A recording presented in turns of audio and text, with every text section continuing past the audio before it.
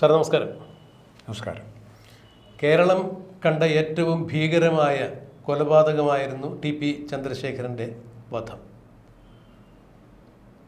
താൻ പ്രവർത്തിച്ചിരുന്ന തൻ്റെ മാതൃസംഘടനയായ CPM-ൽ താൻ വിശ്വസിച്ചിരുന്ന ആദർശ ആശയങ്ങൾക്ക് വിപരീതമായി ചില കാര്യങ്ങൾ നടക്കുന്നു എന്ന് മനസ്സിലാക്കി കഴിഞ്ഞപ്പോൾ ആ സംഘടനയിൽ ഇനിയും തുടർന്നു പോകാൻ തനിക്ക് സാധിക്കില്ല എന്ന് മനസ്സിലാക്കിയ ടി.പി. ചന്ദ്രശേഖരൻ, ആദർശവാനായ കമ്മ്യൂണിസ്റ്റുകാരൻ, CPM എന്ന മാതൃസംഘടന ഉപേക്ഷിച്ച് RMP എന്ന ഒരു പാർട്ടി രൂപീകരിക്കുന്നു. അന്ന് RMP എന്ന പാർട്ടി രൂപീകരിച്ച് ടി.പി. ചന്ദ്രശേഖരൻ CPM-ൽ നിന്ന് പുറത്തു വരുമ്പോൾ CPM-ൻ്റെ ബഹുഭൂരിപക്ഷം അണികളും അന്ന് ഒഞ്ചിയത്തുള്ളവർ ടി.പി. ചന്ദ്രശേഖരനോടൊപ്പം തന്നെ CPM വിട്ട് പോരുകയായി. പിന്നീട് നടന്ന പഞ്ചായത്ത് തെരഞ്ഞെടുപ്പുകളിൽ RMP മത്സരിക്കുകയും CPM-ൻ്റെ പല നേതാക്കളെയും അവിടെ തോൽപ്പിക്കുകയും ചെയ്തു. ഇത് തിരിച്ചറിഞ്ഞ CPM-ൻ്റെ സമന്നതരായ നേതാക്കൾ ടി.പി. ചന്ദ്രശേഖരൻ ഈ പോക്ക് പോയി കഴിഞ്ഞാൽ മലബാറിൽ ഇനി CPM എന്ന പ്രസ്ഥാനം തന്നെ ഉണ്ടാകില്ല എന്ന് തിരിച്ചറിഞ്ഞ് ടി.പി. ചന്ദ്രശേഖരനെ വധിക്കുവാൻ പ്ലാൻ ചെയ്യുന്നു. പിന്നീടുള്ളതെല്ലാം ചരിത്രമാണ്. 51 വെട്ടുവെട്ടി ടി.പി. ചന്ദ്രശേഖരനെ കാലപുരുക്കി അയച്ച ഏറ്റവും മൃഗീയമായ കൊലപാതകം നടക്കുകയായിരുന്നു. ആ കൊലപാതകവുമായി ഞങ്ങൾക്ക് യാതൊരു തരത്തിലും പങ്കില്ല എന്നാണ് അന്ന് CPM പറഞ്ഞിരുന്നതെങ്കിലും ഈ കൊലപാതകവുമായി ബന്ധപ്പെട്ട് അറസ്റ്റ് ചെയ്ത പ്രതികൾ ജയിലിലായതിൻ്റെ തൊട്ടടുത്ത ദിവസങ്ങളിൽ കോടിയേരി ബാലകൃഷ്ണൻ ജയിലിൽ ചെന്ന് കൊടിസിനി അടക്കമുള്ള പ്രതികളെ കാണുകയുണ്ടായി. പിന്നീട് ടി.പി. ചന്ദ്രശേഖരൻ വധക്കേസിൽ വിചാരണ നടക്കുമ്പോൾ പ്രതികൾക്ക് വേണ്ടി വക്കീലന്മാരെ ഹാജരാക്കിയതും പണം കൊടുത്തതുമെല്ലാം CPM ആണ്. ഇപ്പോൾ ആ കേസിൽ ശിക്ഷിക്കപ്പെട്ട് കൊടിസിനി അടക്കമുള്ള ചില ആളുകൾ ജയിലിലുമാണ്. CPM-ന് വലിയ ബന്ധമുണ്ടായിരുന്ന ഈ ഒരു കൊലപാതകത്തിൽ CPM-ന് തലവേദനയാകുന്ന തരത്തിലായിരുന്നു പിന്നീട് കൊടിസിനിയുടെയും കൂട്ടരുടെയും ജയിലിനകത്തുള്ള പെരുമാറ്റ രീതികൾ. ജയിലിൽ വാർഡന്മാരെ ഉപദ്രവിക്കുക, ജയിൽ നിയമങ്ങൾക്ക് വിധേയമായി ജീവിക്കാൻ സാധിക്കാതിരിക്കുക, ജയിലിൽ ഇരുന്നു കൊണ്ട് തന്നെ പുറത്ത് സ്വർണം പൊട്ടിക്കൽ മുതലായ പരിപാടികളിൽ ഏർപ്പെടുക, ജയിലിൽ മദ്യവും മയക്കുമരുന്നുമെല്ലാം സുലഭമായി ലഭിക്കുന്ന തരത്തിൽ ഉള്ള പ്രവർത്തനങ്ങൾ അവിടെ നിന്നുകൊണ്ട് കാര്യങ്ങൾ കൈകാര്യം ചെയ്യുക. Home away from home. അതെ, അങ്ങനെ തന്നെയായിരുന്നു. അവരൊരു തുറന്ന ജയിലിൽ കഴിയുന്ന പോലെ തന്നെയാണ് അവർ ജയിലിൽ കഴിഞ്ഞിരുന്നത്. അതിനുള്ള സൗകര്യങ്ങൾ പിണറായി വിജയൻ 2 വട്ടവും മുഖ്യമന്ത്രിയായിരിക്കുമ്പോൾ അവർക്ക് ചെയ്തു കൊടുത്തിരുന്നു. എങ്കിലും അതിനെല്ലാം പരിധിയിലേക്ക് അപ്പുറത്തേക്ക് പോയി ജയിലിൽ അടിപിടി ഉണ്ടാക്കി പല ജയിലുകളിലേക്ക് മാറ്റുന്ന സന്ദർഭമുണ്ടായി. ഒരിക്കൽ കണ്ണൂർ ജയിലിൽ നിന്നും തൃശ്ശൂരിലെ വിയ്യൂർ ജയിലിലേക്ക് മാറ്റി. അതീവ സുരക്ഷയുള്ള വിയ്യൂർ ജയിലിൽ നിന്ന് വലിയ പ്രശ്നങ്ങൾ ഉണ്ടാക്കി കഴിഞ്ഞപ്പോൾ വീണ്ടും തവന്നൂർ ജയിലിലേക്ക് മാറ്റി. പുതിയ ജയിലാണ് തവന്നൂരിൽ ഉണ്ടാക്കിയത്. തവന്നൂർ ജയിലിൽ അവിടുത്തെ സൂപ്രണ്ടും മറ്റ് 2 ജോലിക്കാരുമായി പ്രശ്നമുണ്ടാക്കിയതിൻ്റെ പേരിൽ കൊടിസുനിയെയും 2 കൂട്ടാളികളെയും വീണ്ടും പൂജപ്പുര സെൻട്രൽ ജയിലിലേക്ക് മാറ്റുന്നു. കൊടിസുനിയെ പൂജപ്പുര സെൻട്രൽ ജയിലിലേക്ക് മാറ്റുന്നു. മറ്റ് 2 പേരെ മറ്റ് ജയിലിലേക്ക് മാറ്റുന്നു.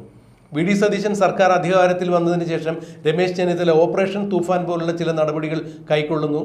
പിണറായി വിജയന് വേണ്ടി രക്ഷാപ്രവർത്തനം നടത്തിയ പോലീസുകാരെ കൃത്യമായി പിടികൂടുന്നു. ADGP MR അജിത് കുമാറിന് വരെ ആ വിഷയത്തിൽ സസ്പെൻഷൻ കിട്ടുന്നു. അപ്പോൾ പുതിയ സർക്കാർ അധികാരത്തിൽ വന്നപ്പോൾ കൊടിസുനിമാർക്കൊന്നും ഇനി രക്ഷയില്ല എന്നുള്ള ഒരു സന്ദേശം തന്നെയാണ് ഇത്തരം കാര്യങ്ങളിലൂടെ പുറത്തു വന്നിരിക്കുന്നത്. എങ്ങനെയാണ് ഒരു മുതിർന്ന മാധ്യമപ്രവർത്തകൻ എന്ന രീതിയിൽ രാജ്മോഹൻ സാർ ഇതിനെ നോക്കിക്കാണുന്നത്? അത് മറുപടി ഞാനല്ല പറയേണ്ടത്. പ്രതിദിനം മനസ്സിലാക്കി പിണറായി വിജയൻ പണ്ടേ നിങ്ങളോട് പറഞ്ഞിട്ടുണ്ട്, തമാശയായിട്ട് പറഞ്ഞാണ്. ഇത് ഈ പാർട്ടിയെ, ഈ സംഘടനയെ നിങ്ങൾക്ക് എന്താണെന്ന് മനസ്സിലായിട്ടില്ല. ഈ പാർട്ടിയെക്കുറിച്ച് നിങ്ങൾക്കൊരു ചുക്കും അറിയില്ല. പണ്ട് ഇടയ്ക്കൊക്കെ വല്ല മീറ്റിങ്ങുകളിലൊക്കെ വല്ല സാംസ്കാരിക സമ്മേളനത്തിൽ പോകുമ്പോൾ ഞാൻ DYFI-യെക്കുറിച്ചൊരു വാചകം പറയാറുണ്ടായിരുന്നു. കേരളത്തിലെ ഏറ്റവും കമ്മിറ്റഡായി രാഷ്ട്രീയ പ്രവർത്തനം നടത്തുന്ന, കേരളത്തിലെ ലോകത്തിലെ തന്നെ ഒരു യുവജന സംഘടനയാണ് DYFI. അതിന് കാരണങ്ങളും പറഞ്ഞു.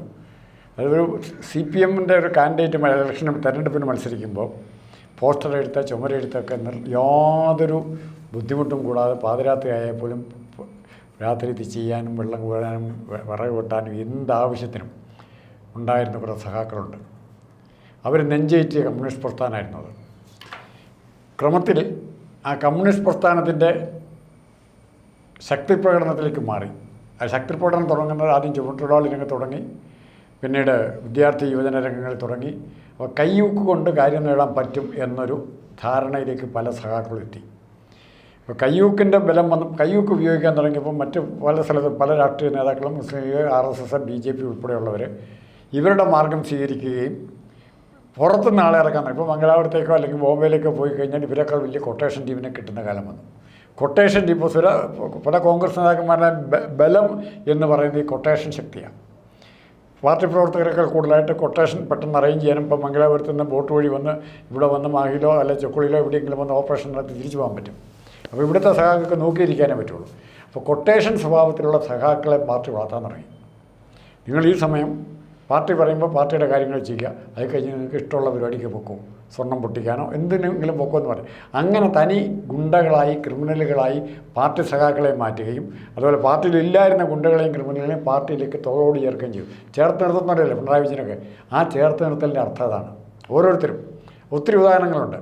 എന്നിട്ട് ഇവർ കണ്ണൂരെ കമ്മ്യൂണിസ്റ്റ് പാർട്ടി വേറൊരു കാര്യം ചെയ്തു. ഈ അക്രമ രാഷ്ട്രീയത്തിന്റെ എല്ലാം കൂടെ ഉത്തരവാദിത്തം ആരുടെ പടലേക്ക് ചോദിച്ചു? പി ജയരാജൻ്റെ പടലേക്ക് ചോദിച്ചു. ഇവരെല്ലാവരും പങ്കാളിയാണ്, ഈക്വലി പങ്കാളിയാണ്. പക്ഷേ ആ പി ജയരാജൻ്റെ പടലേക്ക് ഇതെല്ലാം പി ജയരാജൻ ആസ്വദിച്ചു. ശരിക്കും ഞാൻ ഇവിടുത്തെ കാര്യങ്ങൾ നിയന്ത്രിക്കുന്ന ആൾ ഞാനാണ്, ജയിൽ ഉപദേശക സമിതി ചെയർമാൻ സ്ഥാനം എനിക്ക് കിട്ടി, ഞാൻ ആർക്കും പരോളെടുത്തു. അങ്ങനെ ആ രീതിയിലേക്കാണ് ഇവർ കാര്യങ്ങളുമായിട്ട് പോയത്. ഇനി അടുത്ത ചോദ്യത്തിൻ്റെ പ്രശ്നം, പാർട്ടിയിൽ വന്നിരിക്കുന്ന ഈ മാറ്റം പാർട്ടിക്ക് മനസ്സിലാകുന്നില്ലേ എന്നുള്ളതാണ്. പക്ക ഞാൻ ഇതിനു മുമ്പ് ഇലക്ഷൻ കാലത്ത് പറഞ്ഞു, രണ്ട് തരം കമ്മ്യൂണിസ്റ്റ് പാർട്ടി ഇവിടെയുണ്ട്, കമ്മ്യൂണിസ്റ്റ് പ്രവർത്തകരെങ്കിലും ഉണ്ട്. ഒന്ന് സിവിലൈസ്ഡ് കമ്മ്യൂണിസ്റ്റ് പാർട്ടി. ഇപ്പോൾ സുരേഷ് കുറുപ്പൊക്കെ ഇവിടെ കോട്ടയത്തുണ്ട്, വേറെ പലരുടെയും പേര് രവീന്ദ്രനാഥ് വേണം തൃശ്ശൂർ പറയാം. സിവിലൈസ്ഡ് കമ്മ്യൂണിസ്റ്റ് പാർട്ടി എന്ന് പറഞ്ഞൊരു വിഭാഗമുണ്ട്. അവരൊരിക്കലും മറ്റൊരാളെ തല്ലി അവൻ്റെ തല പൊട്ടിച്ച് ആഹ്ലാദം കണ്ടെത്തുന്നവരായിരിക്കില്ല. പക്ഷേ ക്രിമിനലൈസ്ഡ് കമ്മ്യൂണിസ്റ്റ് പാർട്ടിയുണ്ട്. അതിൻ്റെ തലപ്പത്ത് ഒരുപക്ഷെ പിണറായി വിജയനെ തന്നെ നമുക്ക് പ്രതിഷ്ഠിക്കേണ്ടി വരും. ആ ക്രിമിനലൈസ്ഡ് പാർട്ടിയുടെ ഘടകങ്ങളാണ് ഈ കൊടിസുനി ഉൾപ്പെടെയുള്ളവർ. പോലീസിന് പോലും ഇവരെ പേടിയാണ്. പിന്നെ പോലീസുകാർ എന്തുകൊണ്ട് ഇടപെടുന്നില്ല എന്ന് ചോദിച്ചാൽ ഞാനൊരു ചെറിയ സംഭാഷണം, ഒരു DYSP, അന്ന് DYSP ആണ്, അദ്ദേഹം SP ആയിട്ടാണ് റിട്ടയർ ചെയ്തത്, സർവീസിൽ നിന്ന് കിട്ടിയ SP ആണ്. അദ്ദേഹത്തോട് ഇങ്ങനെ ഒരു സാമാന്യ രീതിയിൽ സംസാരിക്കുമ്പോൾ, ഒരു സ്ഥലത്തിരുന്ന് സംസാരിക്കുമ്പോൾ ചോദിച്ചു, താങ്കൾ കാശ്മീരിൽ SP ആണ്, ലോ ആൻഡ് ഓർഡറിലെ SPയോ DIGയോ ആരെങ്കിലും ആണെന്നിരിക്കട്ടെ, അവിടെ ഭീകരരെ പിടിച്ചു, 4-5 ഭീകരരെ താൻ പിടിച്ചു, പകരം ഉടനെ തൻ്റെ മക്കളെയോ ആരെങ്കിലും തട്ടിക്കൊണ്ടുപോയിട്ട് അവർ ഡിമാൻഡ് ചെയ്യുക, ഈ ഭീകരരെ വിട്ടുകൊടുക്കണം എന്ന് പറഞ്ഞാൽ എന്ത് ചെയ്യുമെന്ന് ചോദിച്ചു. ഈ പോലീസ് സൂപ്രണ്ട് അല്ലെ പോലീസ് ഉദ്യോഗസ്ഥൻ പറഞ്ഞു, ഒരു മടിയില്ല, ഞാൻ അവരെ വിട്ടുകൊടുക്കും, എൻ്റെ കുടുംബത്തെ ഞാൻ രക്ഷിക്കുമെന്ന് പറഞ്ഞു. വീണ്ടും ഒരു സാങ്കല്പിക ചോദ്യങ്ങളായിരുന്നതല്ല, വീണ്ടും അടുത്ത ചോദ്യം ചോദിച്ചു, പിന്നെ എങ്ങനെയാണ് ഇവരെ പിടിക്കാൻ പറ്റുന്നതെന്ന് ചോദിച്ചു. അപ്പോൾ ആ പോലീസ് ഉദ്യോഗസ്ഥൻ പറഞ്ഞ മറുപടി, ഭീകരരെ പോലെ തന്നെ എന്ത് വന്നാലും കുഴപ്പമില്ല, ചത്താലും കുഴപ്പമില്ല എന്ന് വിചാരിച്ച് തിരിക്കുന്ന ചുണപ്പ് കുട്ടികൾ പോലീസ് സേനയിലുണ്ട്. എന്ത് വന്നാലും പ്രശ്നമില്ല എന്ന് വിചാരിക്കുന്ന പോലീസ് ഉദ്യോഗസ്ഥന്മാരുണ്ട്. അവരാണ് ഈ സേനയെ മുമ്പോട്ട് കൊണ്ടുപോകുന്നത്. അതായത് ഷൗക്കത്ത് അലിയൊക്കെ നമുക്ക് ഉദാഹരണം ഇപ്പോൾ കിട്ടും. അവരാണ് ഇവരെ മുമ്പോട്ട് കൊണ്ടുപോകുന്നത്. ആ സിസ്റ്റം ഇപ്പോൾ ഇവിടെ ഇപ്പോൾ പറ്റിയ കുഴപ്പം, CPM പറ്റിയ കുഴപ്പം, CPM 1000 പേരുടെ വാളണ്ടിയർ AKG സെൻ്ററോ അല്ലെ ചെകുവരപ്പട എന്തുണ്ടാക്കിയാലും 10-50 പേരെ ബോംബെയിൽ നിന്ന് കാശെടുത്ത് കൊണ്ടുവന്നാൽ മതി. ആ കാശ് ഇവിടെ ഉണ്ടാക്കാൻ മാർഗമുണ്ട്. 50 പേരെ അല്ലെങ്കിൽ 100 പേരെ ബോംബെയിൽ നിന്നോ ബംഗ്ലാപുരത്ത് നിന്ന് ഇങ്ങോട്ട് ഇറക്കിയാൽ മതി. നോർത്തിയിലേക്ക് അങ്ങ് അക്കരയിൽ നിന്ന് ഇറക്കാം, ദുബായിൽ നിന്ന് ഇറക്കാം. അറിയപ്പെടുന്ന ഗുണ്ടാ സംഘങ്ങളില്ല, കേരളത്തിലുണ്ടല്ലോ. എന്ത് പണിയും കാശ് കൊടുത്താൽ എന്ത് പണിയും ചെയ്യാൻ മടിയില്ലാത്ത നല്ല പ്രൊഫഷണൽ കില്ലേഴ്സ് ഉണ്ട്, ഇല്ലേ? Quotation team. അത് അവരെ ഒരു കൊടിയും കോൺഗ്രസിൻ്റെ ഒരു കൊടിയും കൊടുത്ത് പിടിച്ചാൽ പോരെ. ഇതിപ്പോൾ CPM വരുന്നവരെല്ലാം അങ്ങനെയുള്ളവരായിക്കൊണ്ടിരിക്കുന്നു. അവിടെയാണ് CPM തകരുന്നത്. ജനങ്ങൾക്ക് പെട്ടെന്ന് മനസ്സിലാവുന്നു. ഇപ്പോൾ ആർഷോ ഉദാഹരണം പറഞ്ഞു, ആർഷോയൊക്കെ ഗുണ്ടാന്ന് പറയാൻ ഇഷ്ടമല്ല, പക്ഷേ ആർഷോയെ വിദ്യാർത്ഥി എന്നുള്ളതിൽ നിന്നും ക്രിമിനലൈസ് ചെയ്ത് ആർഷോയെ ഒരു കൊട്ടേഷൻ ഗുണ്ടയുടെ സ്റ്റേജിലേക്ക് മാറ്റിയ പാർട്ടി നേതാക്കന്മാരുണ്ട്, അതിനെ പ്രയോജനിപ്പിക്കുന്നവരുണ്ട്. ആർഷോ ആത്മാർത്ഥമായിട്ട് DYFI SFIക്ക് മുദ്രാവാക്യം വിളിച്ച്. പക്ഷേ ആർഷോയ്ക്ക് പരീക്ഷയുടെ ജയിക്കാനുള്ള സൗകര്യം, എല്ലാ തെറ്റുകൾക്കും ആർഷോ ചെയ്യുന്ന എല്ലാത്തിനെയും കുടപിടിക്കാനും ന്യായീകരിക്കാനും പാർട്ടി മുമ്പോട്ട് വരുമ്പോൾ ഉറപ്പായിട്ട് ഇത്തരം കാര്യങ്ങൾ സംഭവിക്കും. തീർച്ചയായും ഇത് വലിയൊരു പാഠമാണ് വരുന്ന ക്രിമിനലുകൾക്ക് നൽകുന്നത്. എന്തായാലും VD സതീശൻ സർക്കാർ ഇത്തരം ക്രിമിനലുകളെ ഒരു കാരണവശാലും വച്ചു പൊറുപ്പിക്കില്ല. ജയിലിൽ അലമ്പുണ്ടാക്കുന്ന ആളുകൾ അല്ലെങ്കിൽ ജയിൽ സുരക്ഷയ്ക്ക് ഭീഷണിയാവുന്ന ആളുകളെ കൂടുതൽ സുരക്ഷാ സന്നാഹങ്ങളിലുള്ള ജയിലിലേക്ക് മാറ്റും. ജയിലിൽ കൂട്ടായ്മയുണ്ടാക്കി ക്രമസമാധാനം തകർക്കാം എന്ന് വിചാരിക്കുന്ന ആളുകളെ വേറെ വേറെ ജയിലുകളിൽ അടയ്ക്കും.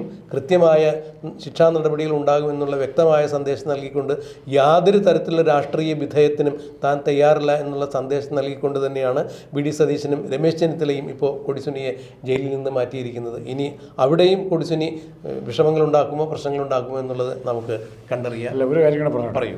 ഈ ക്രിമിനലൈസേഷൻ മനസ്സുകൊണ്ട് പോലും ക്രിമിനലാക്കി ചിന്തിക്കുന്ന പോലും ക്രിമിനലൈസ്ഡ് ഒരു ക്രിമിനലിൽ ചിന്തിക്കുന്ന ഒരു പറ്റം സഖാക്കളെ വാർത്തെടുത്തതിൻ്റെ ഒരു ഏറ്റവും പരിണത ഫലം ഇന്ന് രാവിലെ നമ്മൾ വായിച്ച പത്രത്തിൽ വായിച്ച 13 വയസ്സുകാരി പെൺകുട്ടി, അതെ, മുത്തച്ഛനെ പ്രായപൂർത്തിയാകാത്ത 10-14 വയസ്സുള്ള ആൺപിള്ളേരെ കൊണ്ട് സ്വന്തം മുത്തച്ഛനെ കൊല്ലാൻ, ക്രൂരമായി കൊല്ലിക്കാൻ കൊട്ടേഷൻ കൊടുക്കാനുള്ള മനസ്സ് ആ പെൺകുട്ടിക്കുണ്ടായെങ്കിൽ ഉറപ്പായിട്ടും അതിൻ്റെ പിന്നിൽ ചോരച്ചാലുകൾ നീന്തിക്കിടന്നാൽ മോക്ഷം കിട്ടുമെന്ന് പഠിപ്പിക്കുന്ന തത്വശാസ്ത്രത്തിൻ്റെ സ്വാധീനം ഉറപ്പായിട്ടും ഉണ്ടായിരിക്കും. അതിന് പറ്റിയൊരു കാലാവസ്ഥ ഇവിടെ ഉണ്ടായിട്ടുണ്ടെന്നാണ് ഞാൻ ധരിക്കുന്നത്. അതെ, ഇനി ഒരിക്കലും ഒരു കൊടിസിനിയും ഉണ്ടാകാതിരിക്കട്ടെ, 13 വയസ്സിൽ കൊട്ടേഷൻ കൊടുത്ത് മുത്തച്ഛനെ കൊല്ലുന്ന ഒരു തലമുറയും ഇല്ലാതിരിക്കട്ടെ എന്ന് നമുക്ക് പ്രാർത്ഥിക്കാം.